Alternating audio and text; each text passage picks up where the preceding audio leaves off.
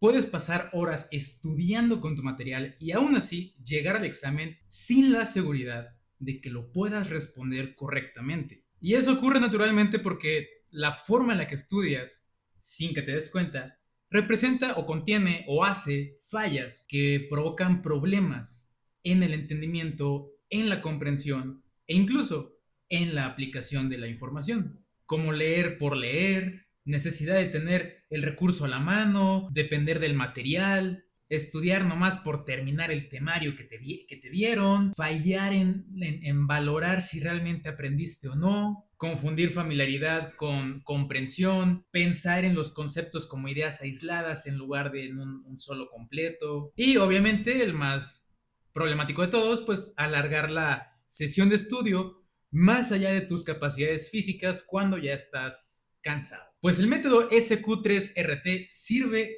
justamente para atacar esas 8 fallas que acabo de mencionar y que realizas sin darte cuenta al momento de estudiar. Y lo hace mediante algo tan simple, pero a la vez tan efectivo, que pareciera ser obvio, y sin embargo, no lo hacemos. Un orden, pero un orden pensado específicamente para entender. No solamente para organizar las cosas, sino para mejorar nuestra comprensión de lo que sea que estemos estudiando. Un orden que le diga a tu cerebro qué información debe buscar y cómo debe corroborar si realmente la aprendió o no. Porque estudiar por estudiar con alguna de estas 8 fallas que dijimos ahorita dan o pueden dar la sensación de que estamos avanzando, de que si ya lo vimos, pues entonces estoy aprendiendo y estoy preparado para el examen. Pero si de verdad fuera así, no tendríamos esta espinita de nervio, de no saber cómo nos va a ir, porque el que sabe, que sí sabe, no tiene miedo del examen. Pero cuando estudiamos por estudiar, el problema llega cuando cerramos el libro, el manual, el cuaderno, apagamos el video, lo que sea, y tenemos que depender ahora de nosotros mismos para ver si recordamos, si entendimos o si sabemos hacer. Pues este método incluye dentro de su orden todas las soluciones necesarias a estos problemas. Antes, para que podamos corregir antes de que sea muy tarde en el examen. Así que de este método vamos a hablar en la 26ª forma de romper el aula. Bienvenidos a Rompiendo el Aula, el podcast donde cuestionamos lo que nos enseñaron sobre estudiar, desarmamos mitos de la educación y reflexionamos sobre lo que realmente significa aprender. Yo soy Miguel Estrada y el día de hoy vamos a hablar del método SQ3RT, que puede sonar al nombre de un personaje de ficción, pero en realidad son siglas de distintos pasos dentro de este orden que ya dijimos, que nos ayudan a combatir estos 8 problemas más comunes y predominantes al momento de estudiar. Y que en su conjunto estos problemas, como mencionamos en el episodio pasado, no todos, pero cuando hay varios de estos, generan esa inseguridad frente al examen. En pocas palabras, la intención de este método es evitar que tu forma de estudiar se quede simplemente en estar en contacto con el contenido y que realmente ese contacto en realidad sirva para recordar, entender y hacer. Y las palabras, mejor dicho, las letras de este método están o son siglas de palabras que están en inglés. Survey, question, recite, review, read y test. En español, en orden, lo podemos expresar como explorar, hacer preguntas, leer activamente, explicar el tema con tus propias palabras, hacer una prueba con un mini quiz y revisar.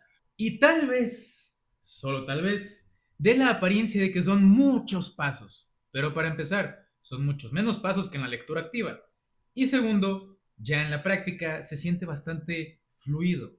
Y para muchas personas puede parecer hasta obvio el orden que lleva este método con cada uno de sus pasos. Entonces, el primer paso es revisar el material antes de dedicarte realmente a leer o a verlo. Si fuera un texto, revisar los títulos, subtítulos, notas, palabras clave, tal vez tablas, o sea, todas aquellas partes que conforman el texto antes de leerlo a profundidad. Solamente estás tratando, como quien dice, de ubicar información.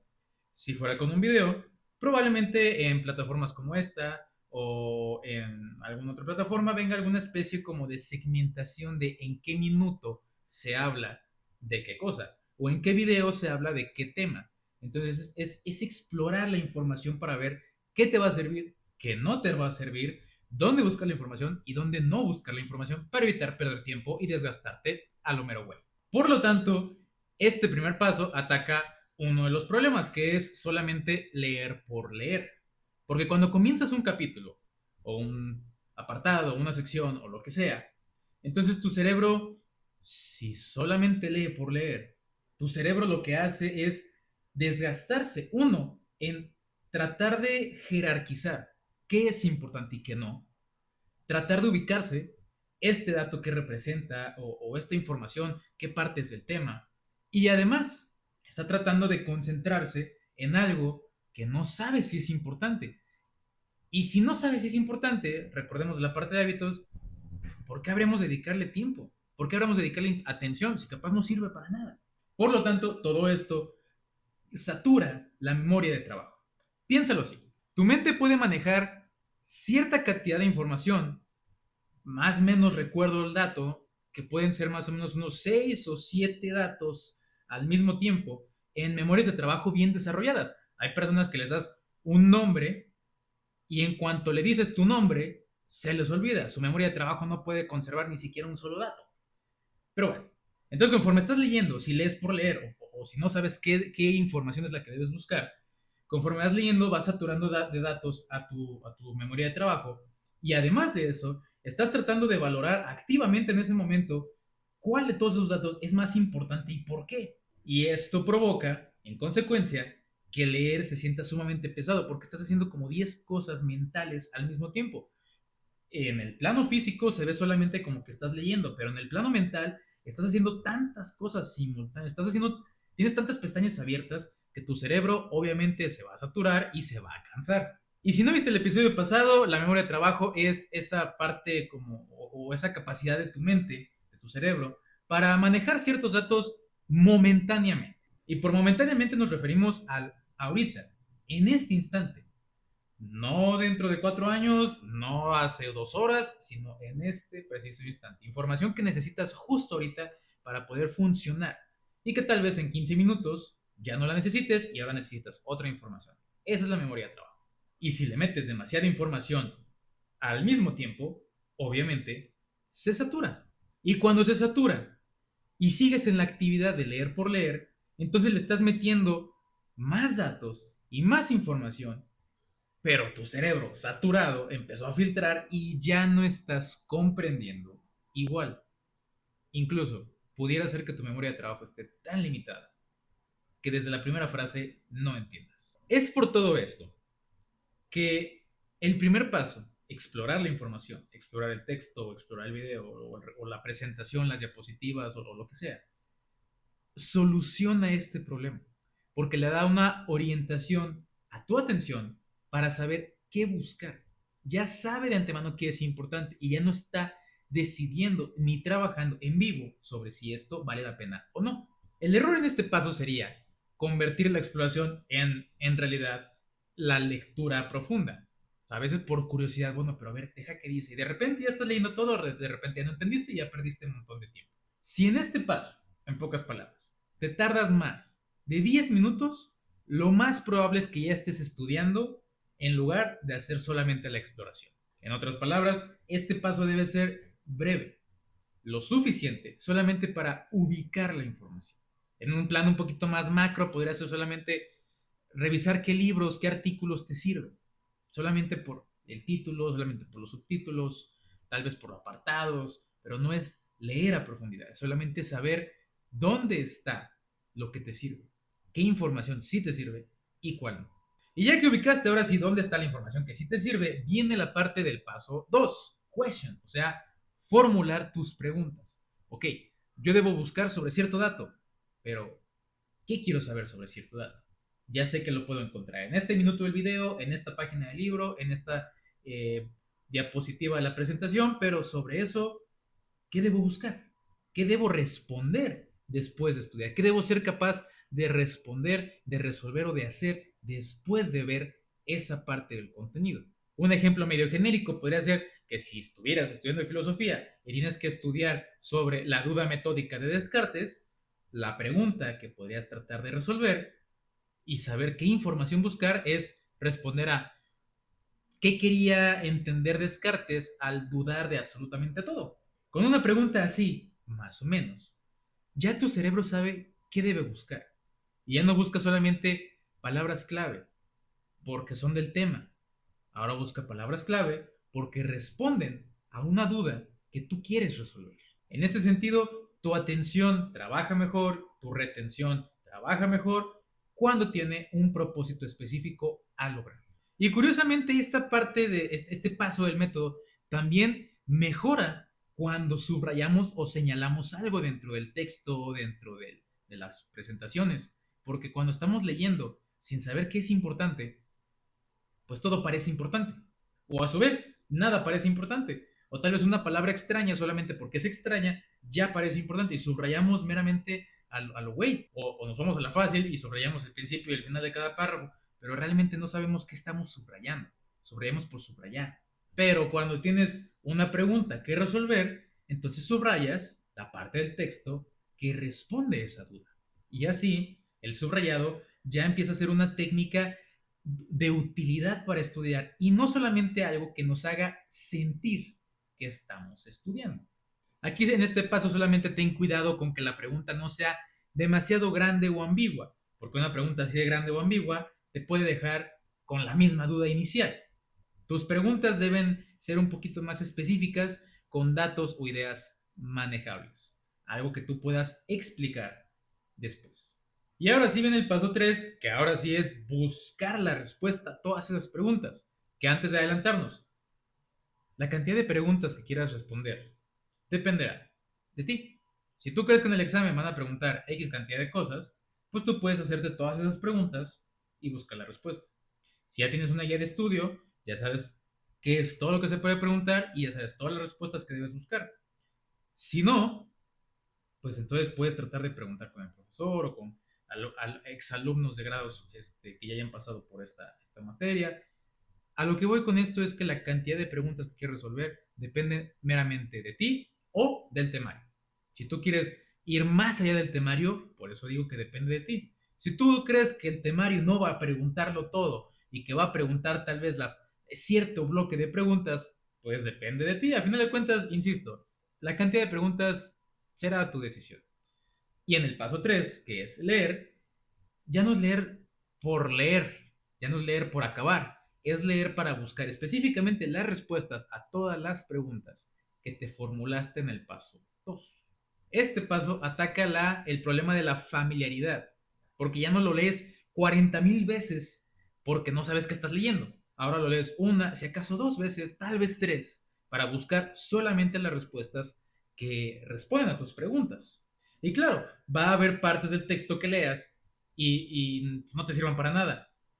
Pero si no te sirven para nada, no vale la pena regresarse a releerlo. Oye, pero es que tal vez lo pregunta. Pero si tú valoraste que no era una pregunta que valía la pena resolverse, o si ni siquiera sabes a qué pregunta podría responder, porque no viene en el temario, porque no lo viste en clases, o porque te dijeron que eso no iba a venir, o lo que sea, pues no vale la pena volverlo a leer. Ya no necesitas familiarizarte con ese párrafo, con esa parte del texto, porque no te ayuda a responder lo que sí necesitas responder. Y además, ayuda a reducir la carga cognitiva, porque si ya sabes qué estás buscando, los datos que no te sirvan a responder esas preguntas, pues no les vas a poner atención y tu cerebro no va a batallar en si es o no es importante, porque ya sabe que si no responde a una de las preguntas, no lo es. Ya no hay esfuerzo ni cansancio en valorar que es importante. Ahora el esfuerzo y el cansancio se enfocan específicamente en encontrar lo que tú ya estableciste que era importante. Y por último, en este tercer paso, la lectura debe hacerse por partes. No leer las 40 páginas de corrido, no aventarse toda la presentación de golpe, sino trabajar una pregunta o varias que sepas, y más bien, al revés. Lees un párrafo y con lo que diga ahí, detenerte antes de pasar al siguiente y valorar si lo que dice ese párrafo responde a alguna de las preguntas, porque si te hiciste 30 preguntas, pues no te las vas a aprender. Pero entonces lees, este párrafo habla de tal idea, responde a esta, no, responde a esta, no, a esta, responde a esta. Entonces sí es importante. O tal vez leí el párrafo, ya lo valoré y lo cotejé con todas las preguntas que me hice al principio. Este párrafo no responde a ninguna de esas, que se lo lleve el diablo. Pero este proceso debe hacerse antes de pasar al siguiente párrafo, porque si tienes demasiada información, es probable que se te olvide. Y si se te olvida, tal vez se te olvida que en alguna parte de eso que leíste estaba la respuesta a alguna pregunta. Entonces, párrafo por párrafo, sección por sección, eso dependerá de tu comprensión al momento de leer. Pero, en pocas palabras, partes pequeñas que después puedas manejar, valorar y comparar contra alguna de las preguntas que te hiciste en el paso 2. Y esto nos lleva al paso 4, que en inglés es recite, o sea, recitar. Pero no es recitar de decir por decir. Deberíamos entenderlo mejor como explicarlo en tus propias palabras. Lo que en pocas palabras consiste, o dicho en otras palabras, consiste en tomar la información que acabas de leer, que responde a alguna de tus preguntas, y ahora expresarlo a como tú se lo explicarías a alguien. Y el propósito, o mejor dicho, la práctica original es decirlo y explicarlo con tus palabras, pero si no tienes a nadie que te quiera escuchar y te da mucho cringe grabarte, pues entonces puedes escribirlo. El método en realidad de cómo, más bien, la forma en cómo se haga este paso no es tan relevante. Lo que es relevante es ese intento, esa práctica de ordenar la información, transformarla a tus palabras y explicarla. Eso es lo valioso de este paso. Y si has visto episodios anteriores, te podrás dar cuenta que esto tiene mucha similitud y es básicamente el método Feynman. Tratas de explicarlo con tus palabras o escribirlo con tus palabras, y si algo no tiene sentido, trabajas esa parte. No todo, solo esa parte en la que te trabaste, te confundiste o no te acordaste. Y ya que hiciste este paso, viene el siguiente paso, que es revisar, que vamos a tenerlo 2 veces. Ahorita te explico por qué. Pero la primera vez de revisar, pues es corroborar, revisar, que lo que hayas dicho, o la explicación que le dijiste a alguien, o el texto que escribiste, o el resumen que escribiste, pues sea correcto. Que lo que escribiste te hayas acordado bien cómo era, sin inventarle, sin quitarle y sin agregarle. O en otras palabras, que no te trabaste, que no te confundiste y que sí te acordaste de la información. Por tanto, en conjunto, el paso de explicarlo con tus palabras y de revisar ataca el problema de la dependencia del material y de necesitar tener el recurso a la mano. Porque si tú eres capaz de explicarlo con tus propias palabras o escribir la explicación a alguien sin necesidad de verlo, quiere decir que hubo un proceso mental más profundo que solamente el familiarizarte con la información. Esto debido a que, como ya dijimos, al momento de explicar algo, tu cerebro tiene que reorganizar la información y no solamente reorganizarla como tú la entiendas, sino a una forma o estructura que al momento de dársela a alguien, de compartirla con alguien, funcione como una nueva explicación. Una explicación a como tú lo dirías. No una copia, un copy-paste de lo que decía el libro, la presentación, el video o el profe o quien sea, o lo que sea, sino ahora tu versión de cómo se explica ese tema. Y ese proceso mental es mucho más complejo y ayuda mucho más a la memoria que solamente recordar tal cual lo que decía la fuente. Además, cuando recuperamos información, y por recuperar me refiero a sacarla, extraerla de lo más profundo de nuestro cerebro, también fortalecemos la memoria. Por lo tanto, también atacamos el depender de la fuente y el necesitar tener los recursos a la mano. Y si ya más o menos te suena cuál sería el error en este paso, el error pues claramente es repetirlo todo exactamente como estaba. La idea de estos pasos, de explicarlo con tu palabra y revisar, es transformarlo a tu forma de ser, a tu forma de hablar, a tu forma de explicar, siempre y cuando sea correcto. Pero no ser una copia. Si fueras una copia, pues mejor carga el libro y préstaselo a quien te pregunte del tema. Y además, este paso, además de atacar dos problemas que ya dijimos, que son necesitar tener el recurso a la mano y la dependencia de la información, además ataca otro de los 8 problemas, que es no saber en qué te equivocaste. Porque claro, Si estás explicando algo a alguien y te trabas, ya sabes qué parte falló, ya sabes qué parte no quedó entendida. O si estás explicando algo a alguien y te das cuenta que inventaste ese dato y en realidad no era cierto, cuando estabas revisando, ya sabes que eso también falló. O si simplemente no te acordaste de la información, también ya sabes qué parte falló. Ya no queda a la interpretación de que más o menos creo, me parece, siento las vibras. Ahora ya sabes, porque ya lo viste, que te confundiste, que le inventaste o que no te acordaste. Y eso demuestra que debes practicar. Y demuestra qué cosas sí sabes y qué cosa no. Por lo tanto, ataca también ese problema de la metacognición. Y también una parte bastante intuitiva sobre el error en este paso o en estos pasos es, uno, al momento de revisar, o más bien, considerar que estás mal porque no lo dijiste exactamente como libro. No pasa nada si no lo dices exactamente como libro. A menos que tu profe quiera un copy-paste de lo que diga el libro. Pero si tu profe te da la libertad de que lo expliques, más bien, no te da la libertad, te da la exigencia de que lo expliques con tus palabras, entonces, al momento de revisar, si no lo dijiste tal cual como lo hizo el libro, eso no es un error. Lo que sería el error es que de la idea, el mensaje, la intención que expresa el libro, tú lo hayas dicho mal. Y otro error bastante evidente, no revisar, no hacer la revisión. Tanta. Y después de revisar esta parte de la explicación con tus propias palabras, viene la parte del testing, hacerte un examen, un quiz. Pídele a tu profesor, al final del libro viene, busca en internet, pídele a ChatGPT que te haga uno, yo qué sé, haz un examen, como si fuera el examen real.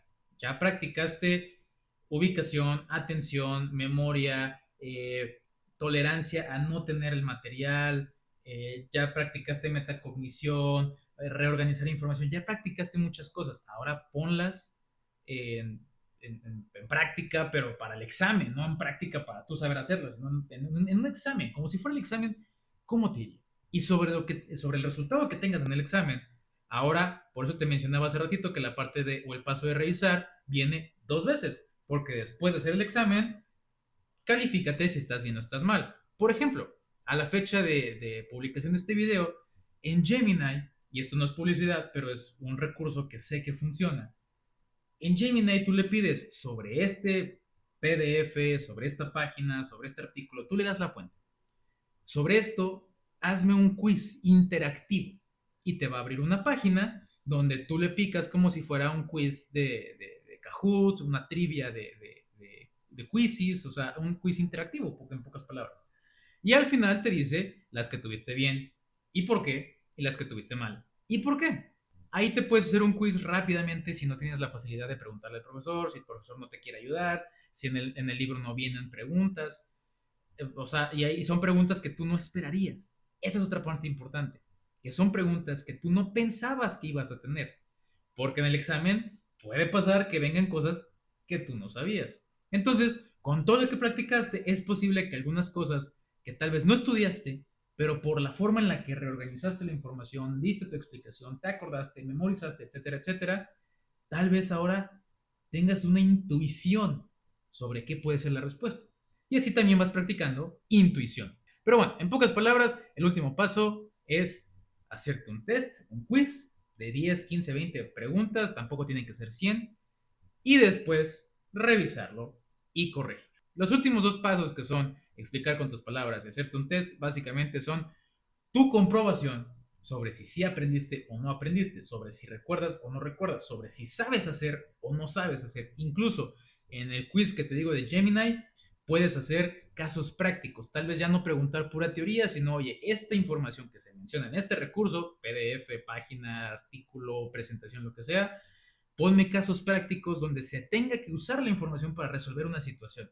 Y también te pone casos de ese estilo. Visto completo, el método SQ3RT tiene un propósito y un orden bastante claros. Con la exploración quitamos el ruido y el relajo inicial de no saber por dónde empezar o qué estudiar. Con las preguntas dirigimos la atención. Con leer es una búsqueda de información. Con recitar nos obligamos a reorganizar la información para poder generar explicaciones. Con el test corroboramos si realmente sabemos aplicar la información y con revisar corregimos los errores que hayamos tenido. Lo importante de este método es que cada paso cumple con una función en específico y lleva una secuencia muy lógica y una secuencia muy útil para que tu cerebro pueda asimilar bien la información.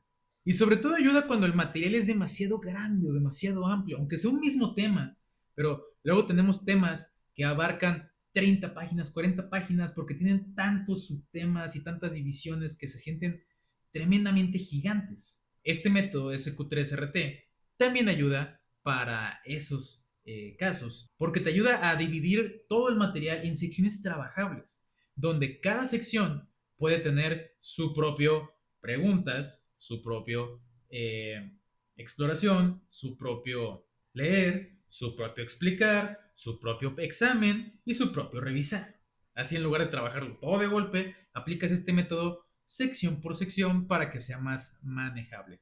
Y como es sección por sección, entonces todo tiene un orden también. Y al final sabemos que todo eso y todas las preguntas nos van a servir para el tema completo. En lugar de verlo de golpe y hacerlo más pesado, lo hacemos manejable, pero no solamente partiendo por partir, sino con un cierto orden. Esa es la ventaja general de este método. Te quita la fantasía, la falsedad, la idea errónea, la sensación de que estás avanzando. Y ahora te da a ti, no al profesor, no a la escuela, a ti, te da evidencia comprobable de que sabes o no sabes. Y con todo esto comprobable para ti, te cambia muchísimo la perspectiva antes de un examen, porque ahora ya no te da nervio, porque ya sabes que sí dominas y que no dominas y debes practicar. El nervio en todo caso vendrá de cosas que no entiendas y nomás no entiendas y nomás no entiendas, pero te da una cierta tranquilidad de saber, tal vez en esto no voy a equivocar porque nomás no lo entiendo, pero esto lo voy a sacar bien. Y ya no es el nervio ni el miedo normal que solemos sentir ante un examen. En el mejor de los casos, pues todo lo vamos a dominar porque ya sabemos específicamente que sí sabemos y que debemos practicar y enfocarnos en eso hasta dominar. Y hasta este episodio llegamos con técnicas de estudio mal aplicadas y bien aplicadas. Cómo no hacerlas y cómo sí hacerlas y qué es lo útil. Y hasta este episodio, si has seguido la pista del podcast, ya tienes dos métodos completos, la lectura activa y el método SQ3RT. A partir de ahorita, lo que sigue es, o lo que es, los siguientes temas que veremos en el podcast, es algo sumamente emocionante desde la perspectiva del profesor y que debería ser de interés para el alumno, porque a veces no sabemos cómo aprendemos, no sabemos qué habilidades tiene nuestro cerebro para poder aprender y cómo trabajarlas para aprender mejor. En pocas palabras, los próximos episodios van a ser enfocados en la arquitectura del aprendizaje. Entonces platicaremos de cómo aprender mejor en los próximos episodios de Rompiendo el Aula, donde seguiremos también cuestionando lo que nos enseñaron sobre la escuela, sobre estudiar y obviamente sobre lo que realmente significa aprender.